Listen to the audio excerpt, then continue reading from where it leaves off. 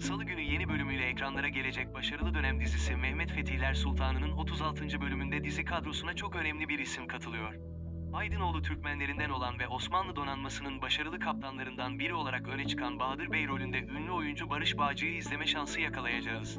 Biz de bu videomuzda, daha önce Diriliş Ertuğrul kadrosunda Baycun Oyan ve Alparslan Büyük Selçuklu dizisinde ise Tuğrul Bey olarak gördüğümüz Barış Bağcı'nın, Mehmet Fethiler Sultanı'nda hayat vereceği Aydınoğullarından Bahadır Bey tarihte yaşadı mı sorusuna yanıt verelim.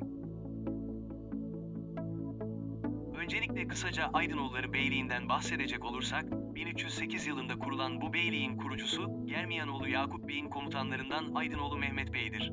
Mehmet Bey'den sonra beyliğin başına geçen Umur Bey döneminde, Ege Denizi'nde oldukça güçlü bir donanma kuran ve birçok önemli denizci yetiştiren Aydınoğulları Beyliği nihai olarak 2. Murat döneminde 1426 yılında Osmanlı topraklarına katılmıştır.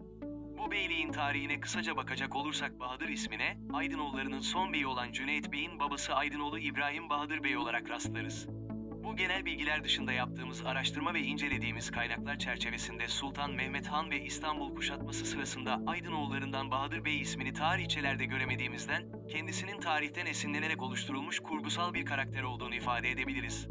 Ancak hüküm sürdüğü dönemde Aydınoğlu Beyliği'nin denizcilik ve donanma konusunda oldukça önemli başarılarının bulunması göz önüne alındığında, bu beyliğin Osmanlı'ya katılmasıyla, önemli denizcilerinin de Osmanlı donanmasına dahil olması oldukça muhtemeldir.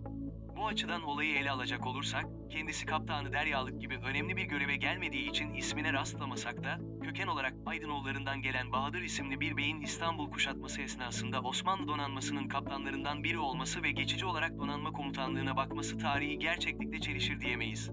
Çünkü aksini kanıtlayabilecek ve de Fatih Sultan Mehmet Han dönemindeki kaptanı Deryalar dışında Osmanlı donanmasında bulunan diğer kaptanların isimlerinin neler olduğunu gösterir bir kaynağı, en azından biz bulamadık.